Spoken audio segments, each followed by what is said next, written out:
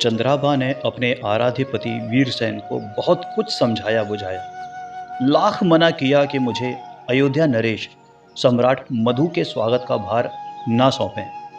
उनकी आरती उतारने के लिए कोई दूसरा प्रबंध भी किया जा सकता है, जो मेरे अभाव के कारण भी कम महत्वपूर्ण ना होगा, लेकिन वीरसेन की समझ में एक ना आई। और समझ में ना आने की वजह भी थी, और उसकी दृष्टि में बहुत ही माकूल थी कि महाराज उनके बड़े राजा हैं, बड़ी कृपा रखते हैं, और आज भी वो जो पधार रहे हैं उन्हीं के आग्रह पर, उन्हीं के संकट मोचन करने के लिए।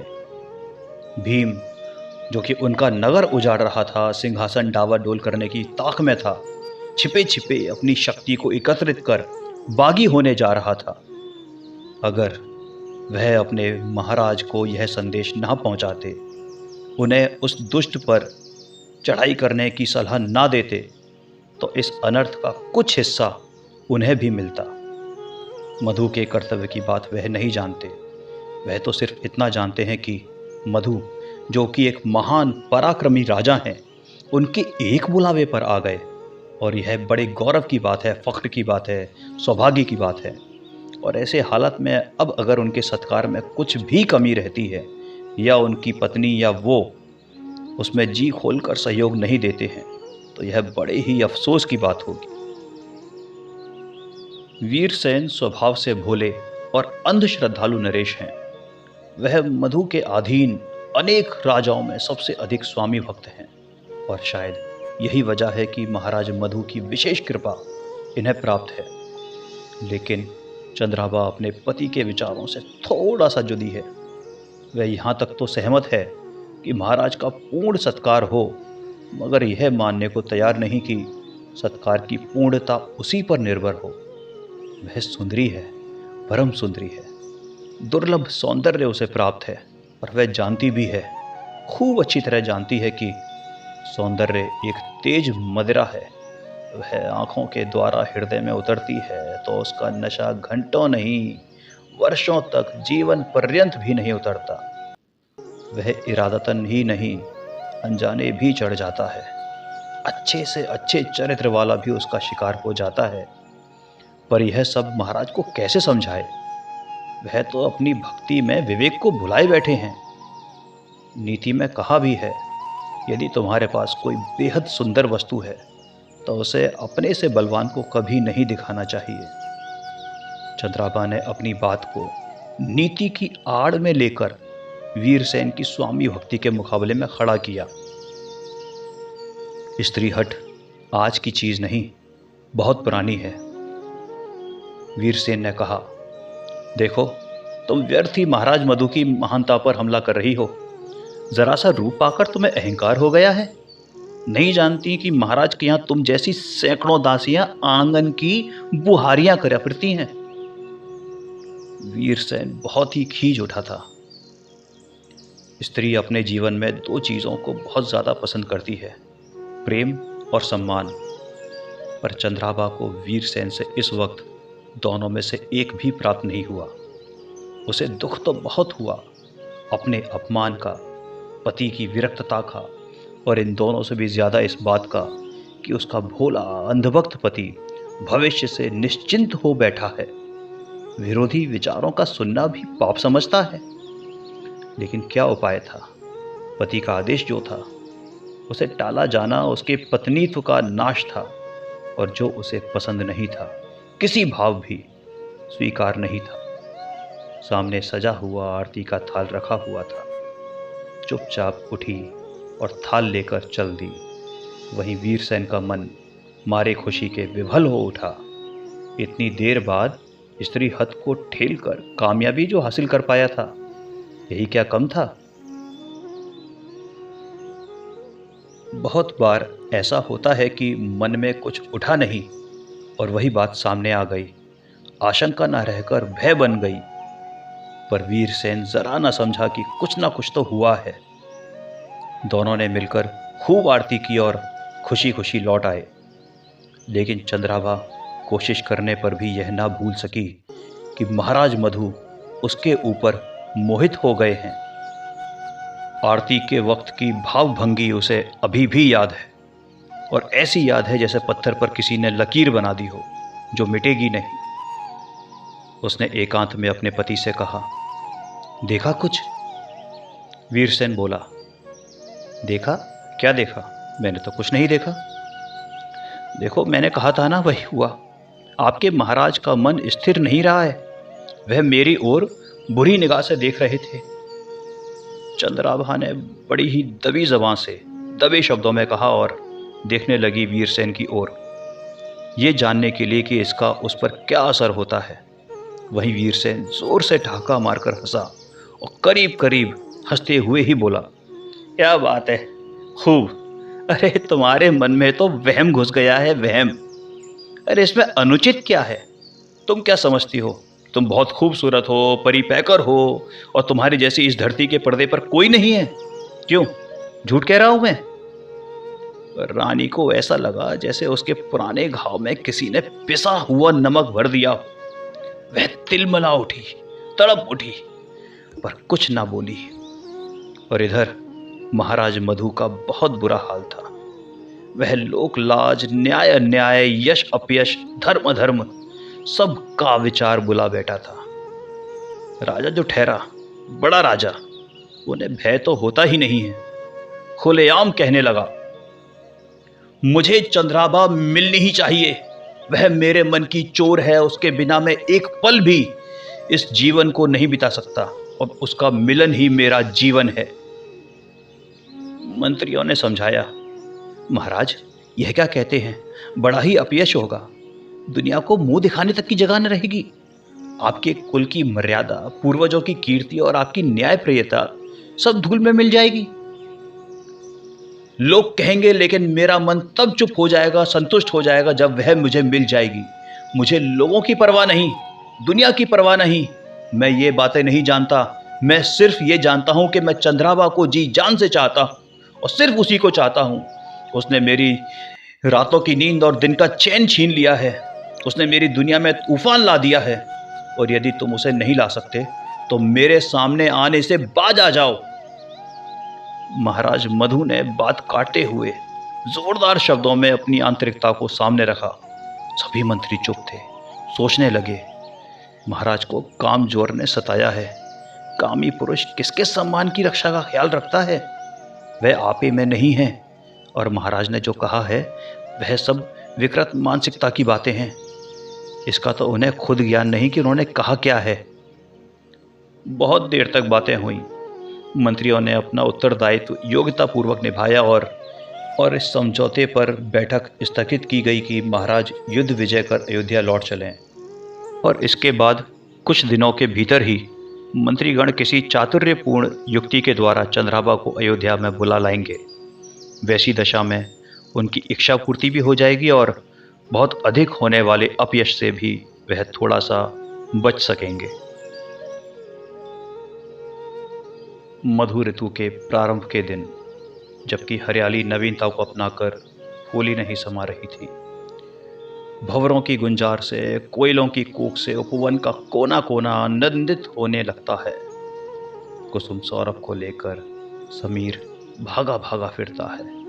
समीरण से उमंग स्फूर्ति का संदेश पाकर मानव मौज की अंगड़ाइयां ले उठता है। तभी एक दिन वीरसेन और चंद्राभा एक कागज को लेकर झगड़ रहे थे। एक ओर दासी की प्रार्थना है और दूसरी ओर पति का अधिकार। एक ओर विवशता है और दूसरी ओर उत्सुकता। एक ओर भविष्य की चिंता है और दूसरी ओर भक्ति की, स्वामी भक्ति की प्रबलता। देखो क्या लिखा है। वसंतोत्सव मनाने का विशाल आयोजन किया गया है। अनेकों राजे महाराजा सपत्नीक आ रहे हैं। तुम्हें भी अपनी पत्नी सहित शीघ्र पधार कर उसमें सहयोग देना चाहिए। सुना, अयोध्या नरेश बड़ा भारी मेला करा रहे हैं और उसमें हम दोनों को बुलाया है। बड़ा प्रेम मानते हैं हम दोनों से, तभी तो। और देखो नीचे क्या लिखा है। यदि तुम लोग ना आए या देर से आए तो महाराज बुरा मानेंगे। तुम्हें पत्र पहुंचते ही तैयारी शुरू कर देनी चाहिए, नहीं तो हमें दूसरा आदमी फिर से भेजना होगा। यह बहुत से नर नारी इकट्ठे हो चुके हैं। महोत्सव प्रारंभ हुए कई दिन बीत चुके हैं। वीरसेन ने महाराज मधु का आमंत्रण पत्र पढ़कर सुनाया। चंद्राभा जाने क्या सोचती सोचती चुप बैठी रही। फिर बोली, यह पत्र मैं कई बार पढ़ चुकी हूँ। खूब अच्छी तरह से पढ़कर कह रही हूँ कि मुझे अयोध्या मत ले जाओ। तुम अकेले जाकर आयोजन में हाथ बटाओ और मेरे लिए क्षमा याचना कर महाराज को प्रसन्न कर लो। मेरा मन कहता है तुम्हें बहुत पछताना पड़ेगा मेरे स्वामी, बहुत पछताना पड़ेगा। तुम्हें मेरे पछताने या खुश होने से कोई वास्ता नहीं। मैं कहूँ उसे मानना तुम्हारा धर्म है। मुझे जब तुम्हारी राय की ज़रूरत हो तभी तुम्हें अपनी राय देनी है। जानती हो, मैं अपने महाराज की अक्षरशः आज्ञा पालन करने में आनंद लेता आया हूँ। एक पति हृदय ने विवाहित स्त्री हृदय पर अपने अधिकार का प्रदर्शन किया। चंद्राभा बेबस थी, मौत के आगे संसार की तरह। बोली, मुझे अयोध्या नरेश के इस आमंत्रण पत्र में धोखा दिखाई दे रहा है। चाहती हूँ आप एक बार स्वयं इस पर विचार करें। ऐसा न हो कि कुछ गलत हो जाए। आपके दुख में मुझे सुख न मिल सकेगा स्वामी, सुख न मिल सकेगा। वीरसेन असल में चंद्राभा से देर तक वाद विवाद करने के कारण कुछ झुंझलाहट से भर गया था और अब हर बात का उत्तर अपनी अधिकार सत्ता से देने के लिए कटिबद्ध था। मैं बहुत देर से सारी बातें सुन रहा हूँ। अब बहुत ज़्यादा हो चुका है, बर्दाश्त के बाहर है। अब सही हो या गलत, जो मैं कह रहा हूँ वही होगा और जो भी सही होगा या गलत होगा उसकी सारी जिम्मेदारी मुझ पर है, तुम पर नहीं। समझी? चंद्राभा की आंखों में आंसू भर आए। हिचकी सी लेते हुए बोली, मैं और तुम कभी अभिन्न थे। एक का दुख दूसरे का दुख था, आज जुदा जुदा है। वीरसेन ने जमी हुई आवाज में कहा, हाँ तभी तो। और जो मैं कहता हूं उसे तुम मानने को तैयार नहीं हो। बसंतोत्सव की समाप्ति पर महाराज मधु सभी आए हुए सज्जनों को दान सम्मान द्वारा संतुष्ट कर विदा कर रहे हैं। सभी प्रसन्न मुख सपत्नीक खुशी खुशी अपने घर जाते हुए महाराज से मधुर व्यवहार की, आदर सम्मान की और देन दहेज की प्रशंसा करते जाते हैं। वटकपुर नरेश वीरसेन की बारी आई। सबके अंत में भक्ति से गदगद वीरसेन आगे बढ़े। चंद्राभा समीप ही थी, थोड़े फासले पर। उसका दिल बहुत तेजी से धड़क रहा था, न जाने क्यों। महाराज मधु ने कहा, अच्छा आप भी? वीरसेन थोड़े हंस भर दिए सिर्फ। अरे और 4-6 दिन ठहरो ना। महाराज आपकी सेवा में हूँ, वहाँ का कामकाज तो देखना ही है। हाँ हाँ ज़रूर। तो ऐसा कीजिए ना कि आप चले जाएं, लेकिन रानी यहीं रुक जाएं। बात दरअसल ये है कि हमने रानी जी के लिए कुछ खास तौर पर आभूषण बनवाए हैं और उनमें अभी थोड़ी देर है, और जैसे ही बनकर आ जाएंगे हम उन्हें सासम्मान विदा कर देंगे। वीरसेन चुप रहे। चिंता ना कीजिए, उन्हें किसी तरह की तकलीफ नहीं होनी पाएगी। आप बेफिक्री के साथ जा सकते हैं। अरे महाराज, आपके रहते हुए कैसी तकलीफ? मुझे क्या चिंता है। ठीक है, जैसा आप आदेश करें। तो मैं जा रहा हूँ, इन्हें 4-6 दिन बाद भेज दीजिएगा। और श्रद्धा से मस्तक झुकाते, हाथ जोड़ते वीरसेन लौट गए। चंद्राभा ने संकेत किया, पास पहुँचे। बोले, सुनो, डर की कोई बात नहीं है। हीरे का हार बनने में थोड़ा समय लगता है, विलंब है। जैसे ही बनकर आ जाएगा 2-4 दिन में तुम आ जाना, तुम्हें कोई कष्ट नहीं होगा यहाँ पर। ये सुनते ही चंद्राभा रो दी। जाने कब कब के आंसू रुके पड़े थे। बोली, स्वामी, धोखा खाकर भी तुम्हें ज्ञान नहीं आता। तुम्हें मनुष्य होकर भी मनुष्य के मन की पहचान नहीं। वीरसेन फिर तने। फिर वही बात। देखो, महाराज ऐसे नहीं हैं जैसा तुम समझती हो। वे एक बड़े राजा हैं। 8-10 दिन बीत गए। जब चंद्राभा ना लौटी तो वीरसेन के मन में कुछ शक पैदा हुआ। रह रहकर उसके कानों में गूंजने लगा, तुम्हें मनुष्य होकर भी मनुष्य के मन की पहचान नहीं है। क्या मैं सचमुच धोखा खा गया? क्या उसने ठीक कहा था? क्या मैंने गलती की। चारों ओर से जैसे आवाज आई, हाँ हाँ हाँ। वीरसेन अवाक था और तभी चल दिया बगैर कुछ सोचे समझे अयोध्या की ओर। हृदय पर आघात जो हुआ था, अनायास वज्र प्रहार, वह उसे संभालने में असमर्थ हो रहा था। अयोध्या वासियों ने देखा, एक पगला मलिन भेष करुण मूर्ति अयोध्या की गलियों में चक्कर काट रहा है। चिल्ला चिल्ला कर कहता जा रहा है, मैं वटकपुर का राजा हूँ। मेरी रानी चंद्रभा को अयोध्या के राजा मधु ने मुझसे धोखे से छीनकर अपनी पटरानी बना लिया है। कोई मेरा न्याय नहीं करता, कोई मेरा साथ नहीं देता। उसे देखकर बच्चों का मनोरंजन होता। समझदार बूढ़े कहते, बेचारा ठीक कहता है। और वहीं कुछ मनचले उसको छेड़ते, चिढ़ाते, चंद्राभा की बातें पूछते। वह जहाँ बैठता घंटों बैठा रहता था, पागल जो ठहरा, मुसीबत का मारा। महारानी चंद्राभा अयोध्या के भव्य महल की खुली छत पर सो रही थी कि उनकी नींद उचट गई। एक करुण पुकार ने उन्हें तिलमिला दिया। पुकार हृदय के भीतरी से निकल रही थी, हाय चंद्राभा, हाय चंद्राभा। वह पड़ी न रह सकी। खिड़की खोलकर देखा, एक दरिद्र सा, भिखारी सा, पागल सा, रोगी सा व्यक्ति चिल्लाता, रोता, कलपता भागा जा रहा है, भागा जा रहा है। पहचाना, यही तो वटकपुर के राजा वीरसेन थे, उसके पति। क्या दशा हो गई है उसके बिना कि चंद्राभा के मुंह से एक चीख निकल ही गई। वीरसेन रुक गए। देखा, चंद्राभा महल की छत से देख रही है और वह दौड़ गए पागल की तरह। कुछ दिन बाद एक दिन चंद्राभा ने सुना कि वीरसेन मंडवी साधु के आश्रम में सन्यासी हो गए हैं। रोज रोज दवा खाने से जैसे दवा खुराक बन जाती है, उसी तरह पाप पुराना होने पर पुण्य तो नहीं बन जाता, लेकिन यह ज़रूरी है कि उसकी चर्चा नहीं रहती। गिला मिट जाता है, लोग उसे सहसा भूल जाते हैं। स्मृति धुंधली हो जाने से स्वयं पापी भी उसमें कुछ बुराई नहीं देख पाता। कई वर्ष बीत चले। चंद्राभा पटरानी और महाराज मधु दोनों सुखोपभोग में रहते चले आए। पिछली बातें बिल्कुल भूली जा चुकी थीं। कोई गिला, कोई गिलानी या वैसी ही कोई चीज़ कभी भी किसी के मन में नहीं उठी। वर्षों के लंबे अंतराल ने उनकी कटुता को जैसे मिठास में तब्दील कर दिया हो।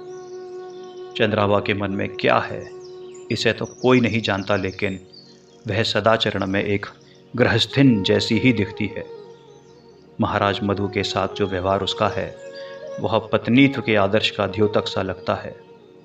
उस दिन दोपहर होने पर भी महाराज महल में ना पधारे। चंद्राभा भूखी बैठी प्रतीक्षा करती रही। पति से पहले रसोई पा लेना स्त्री के लिए कलंक जो माना जाता है। दोपहर ढली पर महाराज ना आए। वह बैठी रही। भूख उसे लग रही थी। सिर में कुछ कुछ पीड़ा का अनुभव भी हो रहा था, पर उसे बैठना था तो बैठी रही। तीसरे पहर महाराज महल में पधारे, कुछ गंभीर, कुछ थके मांदे से। ऊंचे आसन पर विराजे। महारानी ने मुस्कुराकर सत्कार किया। महाराज भी मुस्कुराए, हाथ बढ़ाकर महारानी को समीप बैठाया। दोनों के मुख कमल विकासमय थे। आज इतने अधिक विलंब का कारण क्या है महाराज, जान सकती हूँ? हाँ, क्यों नहीं। एक जटिल न्याय आ गया था, उसी में देर लग गई। ऐसा क्या मुकदमा था महाराज, जिसका फैसला देते देते पूरा दिन बीत चला? भोजन तक की फिक्र भूल बैठे आप। एक परस्त्री सेवन का मामला था। परस्त्री सेवन का? आपने उसका क्या किया? सम्मान किया ना? सम्मान? पापी का सम्मान होता है कहीं? उसे तो सजा मिलती है, सजा। क्यों? तुम बड़ी भोली हो चंद्राभा, कुछ समझती नहीं। अरे परस्त्री सेवन पाप होता है, पाप, बहुत बड़ा पाप। और वही उसने किया था। पापी था, दुष्ट, न धर्म की ओर देखा, न समाज का ख्याल किया। लेकिन तुम्हें उस पर दया करनी थी, उसे छोड़ देना था। राजनीति तुम नहीं जानती, इसीलिए कहता हूँ। देखो, दया हर जगह की जाती है, पर जहाँ न्याय का सवाल आता है वहाँ न्याय ही होता है। राजा का फर्ज जो ठहरा, उस कर्तव्य से विमुख होकर राजा को नीचा देखना होता है। मान लो अगर मैं उसे छोड़ देता तो नतीजा क्या होता? यही कि देखा देखी पर स्त्री सेवन का पाप बढ़ता चला जाता। लोगों के मन से राज भय निकल जाता, और उस सबके पाप का भागी कौन होता? मैं। पूछो क्यों? क्यों महाराज? चंद्राभा ने पूछ लिया। इसलिए कि मैं राजा हूं। राजा के ऊपर ही सारे राज्य की जिम्मेदारी होती है। प्रजा को ठीक रास्ते पर चलाना राजा के कर्तव्य का अंग है। पापी, दुष्ट, अधर्मी, अन्यायी, दुराचारी सबको कड़ी से कड़ी सजा देकर राज्य की शासन व्यवस्था को ठीक तौर पर कायम रखना उसका जरूरी काम है। तो परस्त्री सेवन पाप होता है, पर क्यों? और नहीं तो क्या? तो तुमने इसलिए उसको सजा दी? हाँ बिल्कुल। लेकिन वह जरूर कोई गरीब रहा होगा, है ना यही बात? नहीं, वह गरीब नहीं, अच्छा खासा पैसे वाला था, सेठ था। हैं? पैसे वालों को भी सजा होती है? क्यों नहीं? कानून तो सबके लिए एक होता है। कोई राजा हो या रंक, जो पाप करेगा अवश्य सजा पाएगा। कानून के लिए अमीर गरीब का सवाल बेकार है। पर महाराज ऐसा देखने में तो नहीं आता। कैसा देखने में नहीं आता?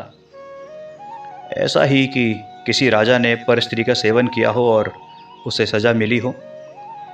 लेकिन मैंने तो ऐसा नहीं सुना। राजा अन्याय करता है तो उसका प्रतिफल उसे भोगना ही पड़ता है। कानून तो सबके लिए एक है। आपने सुना नहीं पर देखा जरूर है, लेकिन आज भूल रहे हैं। बड़े लोगों में भूल जाने की आदत जो होती है महाराज, इसमें आपका दोष नहीं है। महाराज का मन डूब सा गया, घबरा कर बोले, क्या कह रही हो चंद्राभा? महाराज यही कह रही थी कि आप अपनी ओर भी जरा झांकें। आपने भी तो पर स्त्री सेवन किया, पाप किया है। क्या आपने मुझे अपनी स्त्री समझ के रखा है? क्या आपने मेरे भोले स्वामी भक्त पति के साथ दगा कर मुझे नहीं लूटा था? तब आपका कानून, राजा रंक की दुहाई देने वाला कानून कहाँ था? आपने आंखों से देखा मेरा पति मेरे विरह में पागल होकर मारा मारा फिर रहा है, न्याय का दामन फैलाए हुए फिर रहा है, मगर राज सत्ता के आगे उसका क्या वश। मधु नतमस्तक बैठे रहे, अपराधी की तरह सोच रहे थे, धरती फट जाए तो मैं उसमें समा जाऊं। दो बूंद आंसू बहाते हुए रुंधे कंठ से बोले, चंद्राभा मुझे क्षमा कर दो, बहुत बड़ा पाप किया है मैंने, बहुत बड़ा पाप किया है। दूसरे दिन सुबह अयोध्या का राजा मधु और वटकपुर नरेश की रानी चंद्राभा दोनों परम तपस्वी दिगंबर साधु के निकट भगवती दीक्षा की याचना कर रहे थे, माया मोह से विरक्त।